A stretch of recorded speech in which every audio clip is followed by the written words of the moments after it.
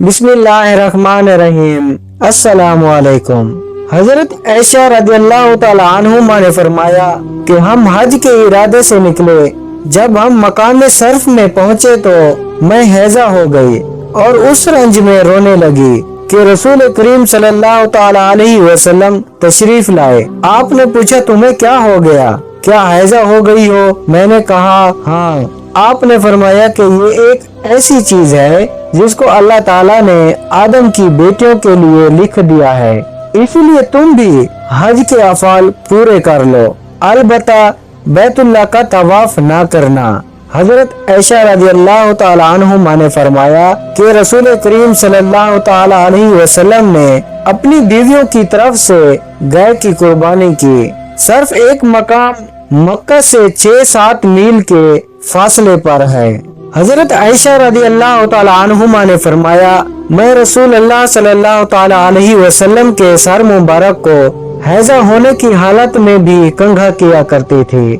ہشام بن عروہ نے عروہ کے واسطے سے بتایا، ان سے سوال کیا گیا کیا حیضہ بیوی میری خدمت کر سکتی ہے یا ناپاکی حالت میں عورت مجھ سے نزدیک ہو سکتی ہے؟ عروہ نے فرمایا میرے نزدیک تو اس میں کوئی حرج نہیں ہے، اس طرح کی عورتیں میری بھی خدمت کرتی ہیں اور اس میں کسی کے لیے بھی کوئی حرج نہیں ہے، اس لیے کہ مجھے حضرت عائشہ رضی اللہ تعالی عنہما نے خبر دی کہ وہ رسول کریم صلی اللہ تعالی علیہ وسلم کو حیضہ ہونے کی حالت میں کنگھا کیا کرتی تھی، اور رسول اللہ صلی اللہ تعالی علیہ وسلم اس وقت مسجد میں معتکف ہوتے۔ آپ اپنا سر مبارک قریب کر دیتے اور حضرت عائشہ رضی اللہ تعالی عنہما اپنے حجرے ہی سے کنگھا کر دیتے حالانکہ وہ حیضہ ہوتے۔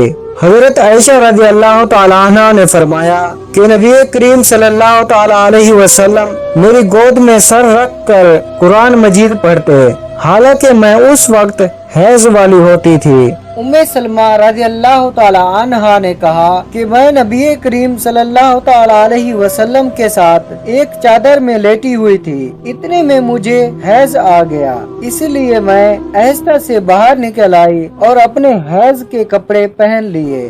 حضور صلی اللہ تعالی علیہ وسلم نے پوچھا کیا تمہیں نفاس آ گیا ہے؟ میں نے عرض کیا ہاں، پھر مجھے آپ نے بلا لیا اور میں چادر میں آپ کے ساتھ لیٹ گئی۔ صحیح بخاری حدیث نمبر 298۔